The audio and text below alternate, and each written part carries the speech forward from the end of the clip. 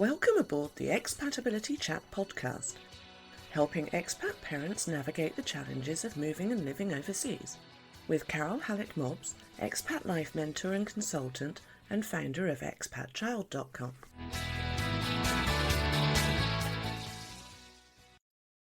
Welcome back to Expatability Chat.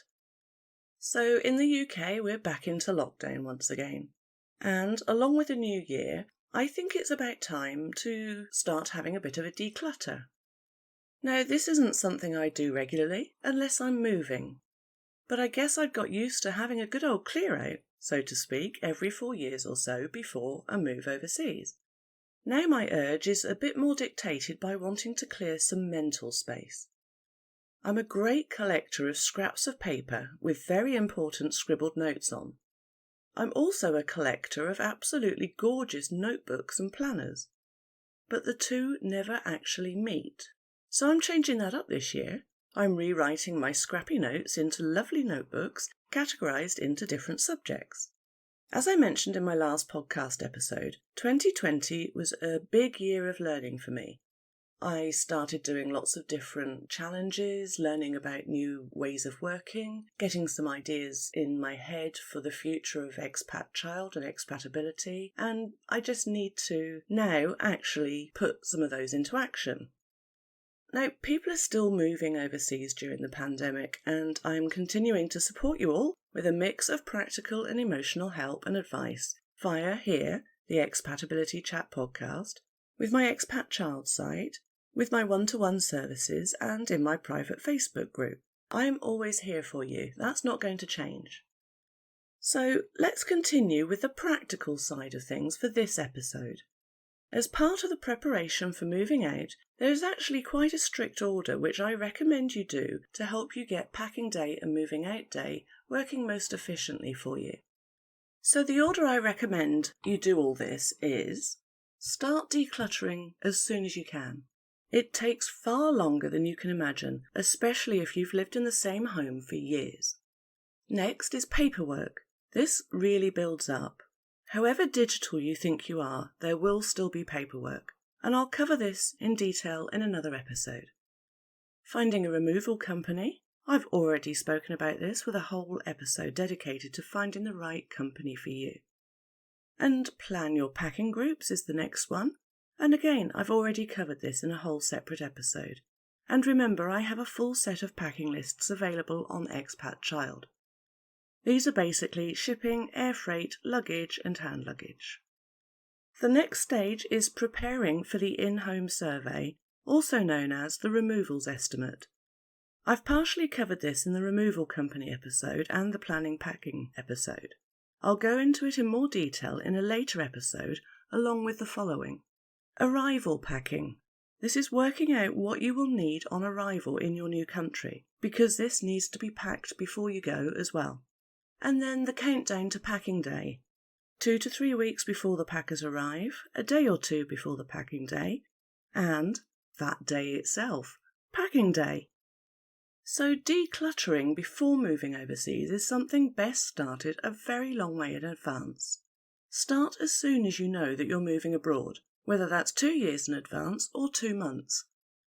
Of course, if you're emigrating permanently, your needs and wants will be very different from those of a family setting off on a finite placement. The closer you leave decluttering to moving day has one of two outcomes. You either take everything with you as you've run out of time, or you get carried away and chuck out stuff you really should have kept. I tend to fall into the latter category. It's not recommended.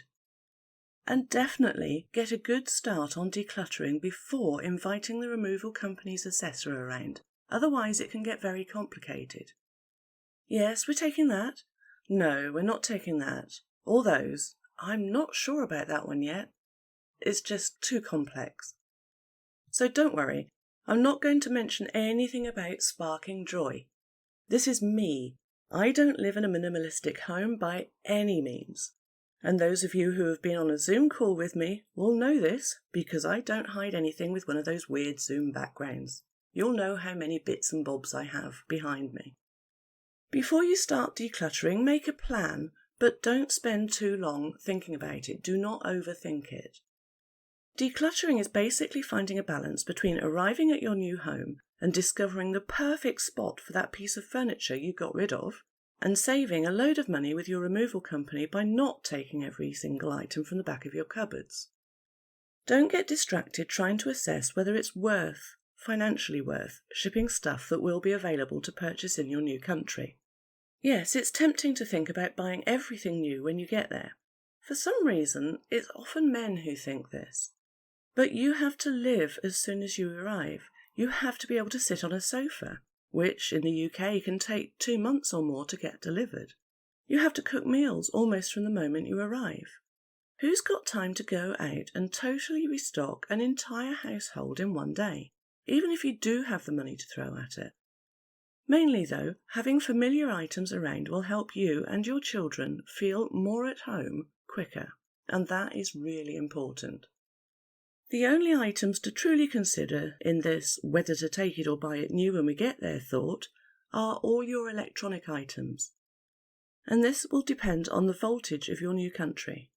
We took no electronics from the UK to Japan because the voltage was simply too different.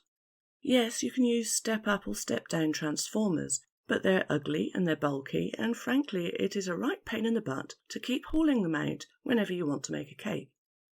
Oh, and TVs have different systems too, so find out about that. Oh, and I've just remembered another point about this.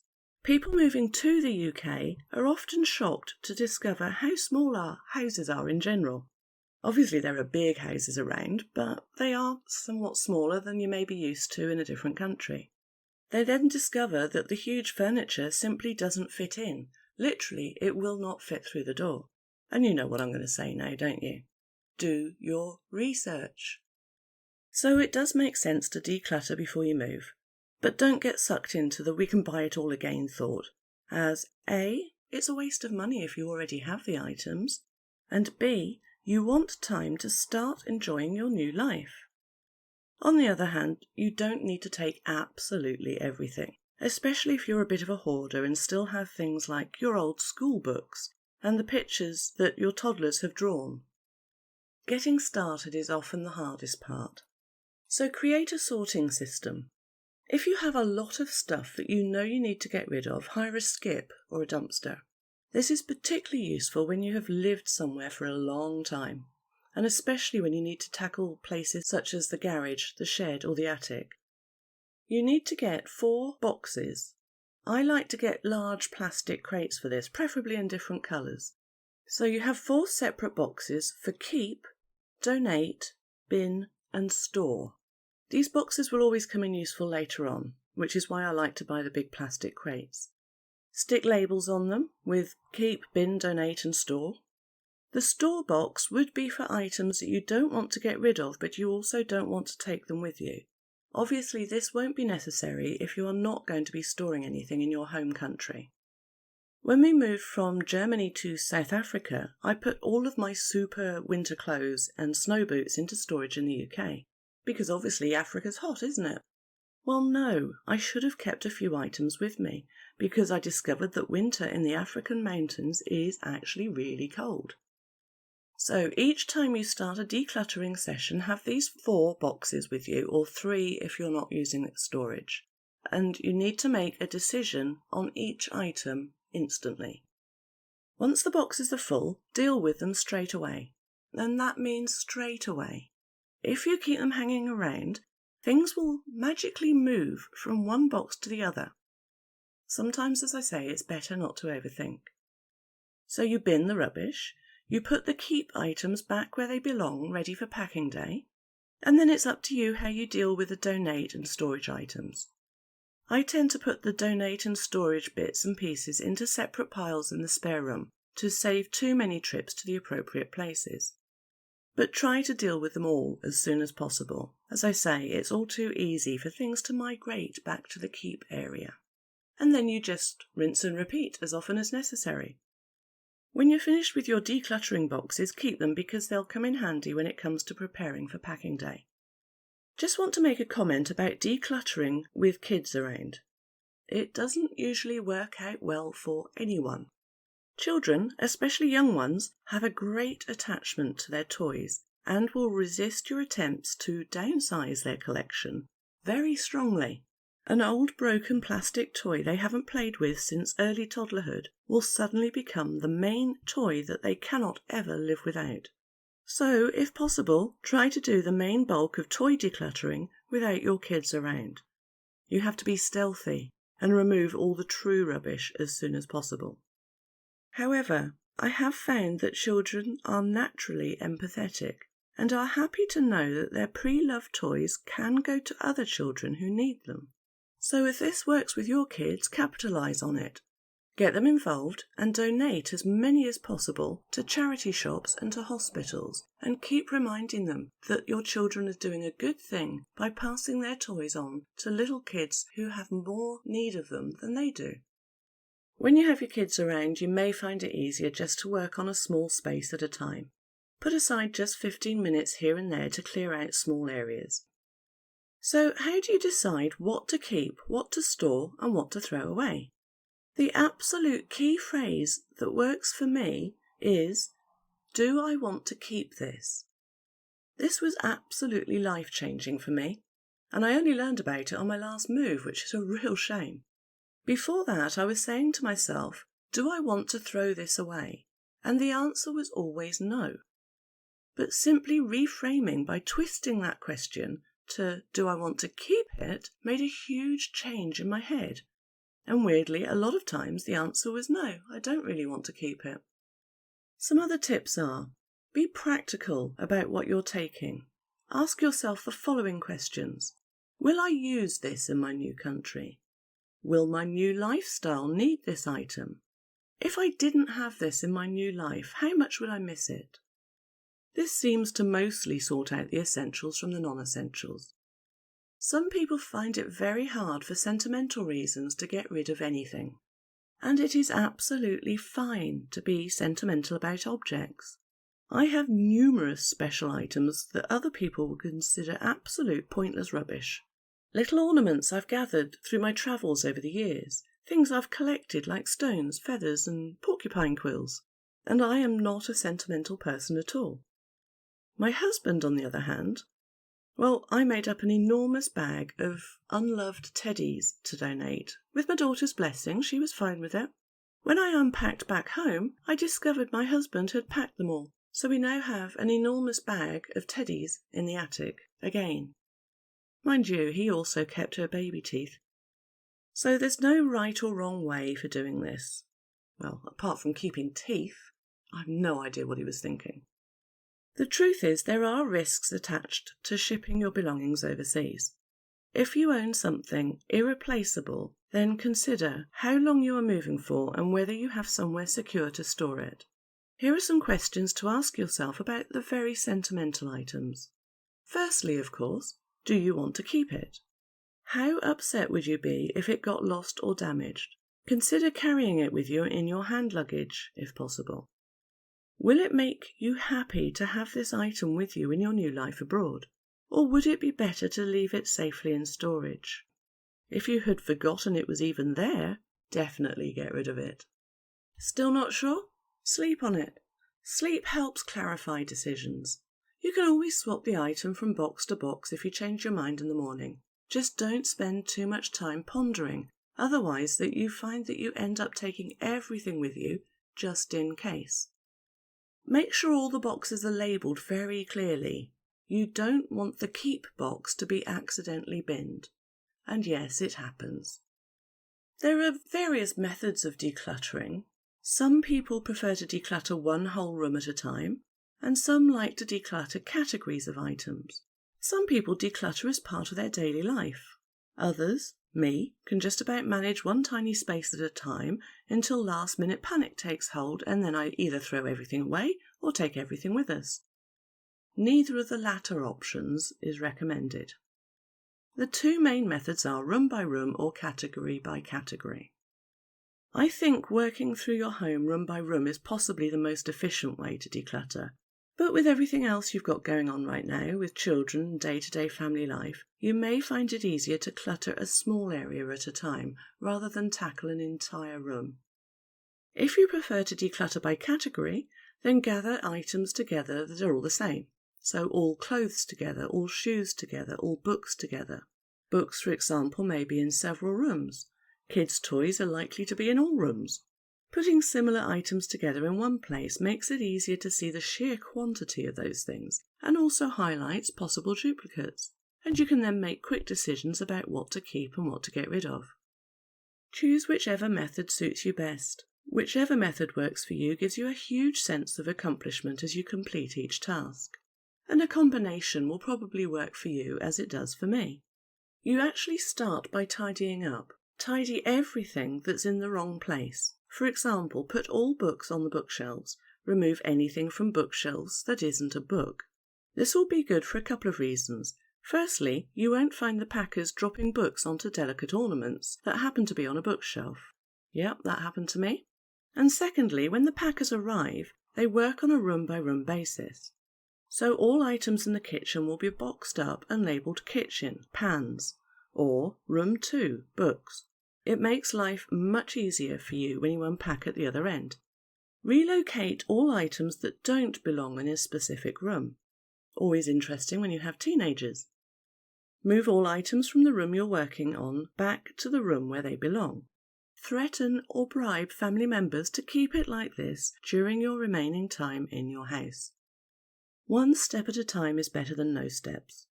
Or you may find it easier to go all out and get it all done as quickly and as intensely as possible. As I say, there is no right or wrong way of doing it. It's just necessary.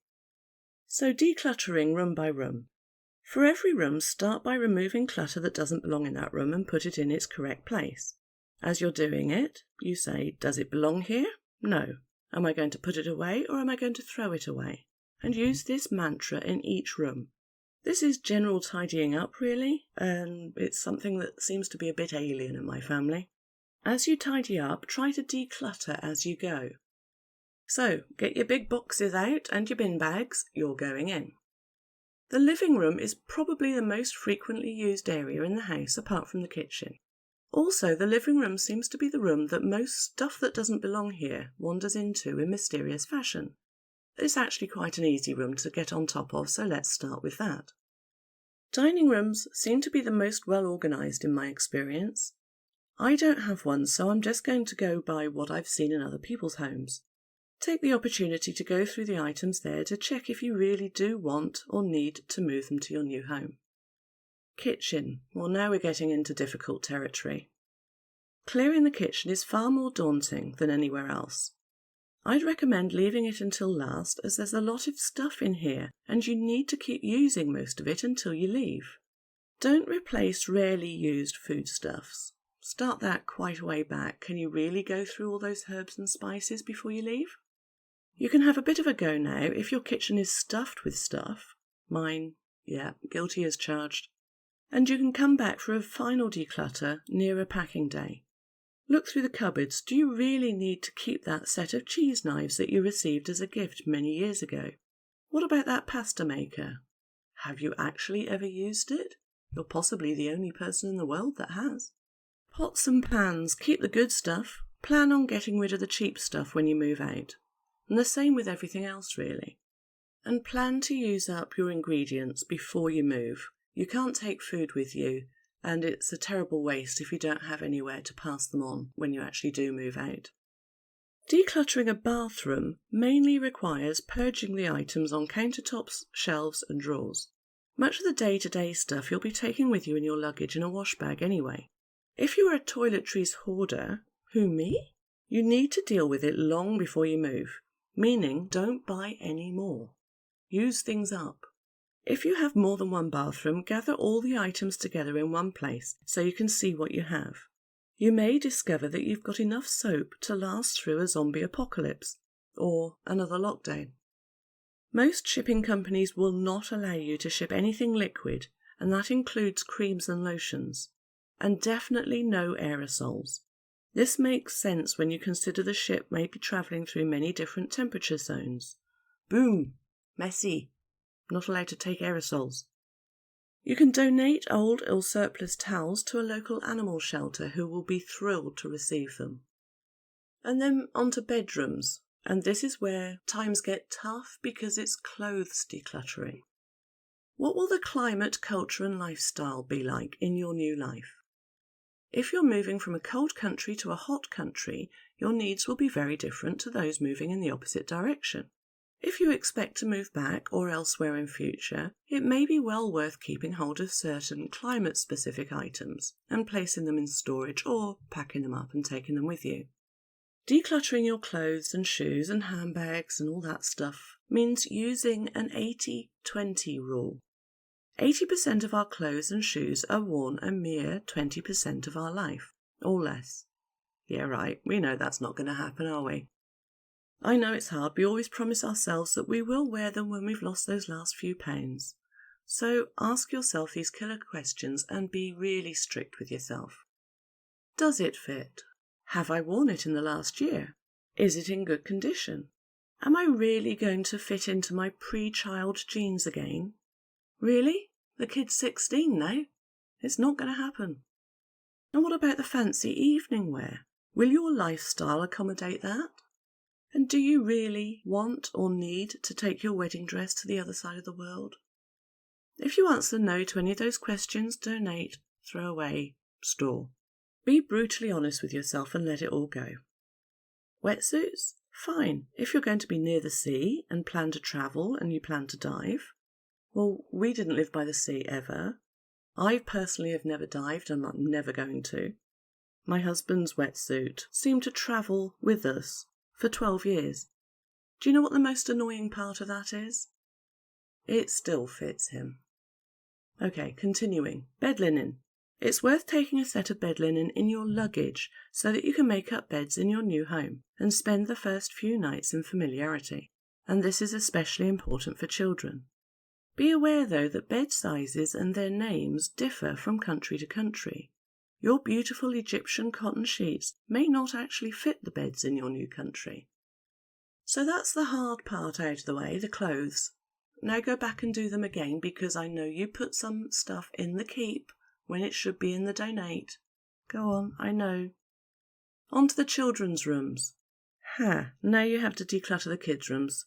Not easy. Charities always need kids' clothes though, and children grow so quickly you'll probably find many don't fit anymore, let alone still fit in a couple of months when they arrive in their new country. The toys and books though, only you can decide about what to do with these. Do keep back a few items to carry in your luggage show and maybe a few more in air freight. I promise you, you will be thankful to be able to distract your kids after just a few days in a new empty home. Some families find it a bit of an uphill struggle getting rid of toys and treasures. First of all, take a look around their room and decide which items, no matter how small, cannot be replaced. That'll be something like christening gifts or certain teddy bears, the toy that elderly Granny gave them when they were born, and things like that. Keep in mind that your belongings may arrive some considerable time after you've arrived in your new home. So bear in mind those items that your child would really miss if separated from for a few weeks. Don't forget Teddy. Try to pack all these into your suitcase or hand luggage instead. And the thing is, once everyone has lived for a few weeks in your new home without all the toys, two things actually happen. Firstly, you'll realise just how much stuff your children possess, and just how little they actually miss it when it's all not there. And then suddenly it all arrives again. When it does finally arrive, you can enjoy a couple of days of joy while they discover all of their forgotten toys. As for decluttering a teenager's room, well, good luck with that. Teens can often be surprisingly sentimental about childhood bits and pieces one day. The next day, they'll just dump it because it's no longer cool, and then they'll be desperately looking for it a few months later. I suggest that you get them to declutter their own rooms. It's much better for your health. Bribe them if necessary. I find that simply the hint of me entering my teenager's room with a bin bag to declutter has a surprisingly positive effect on her motivation.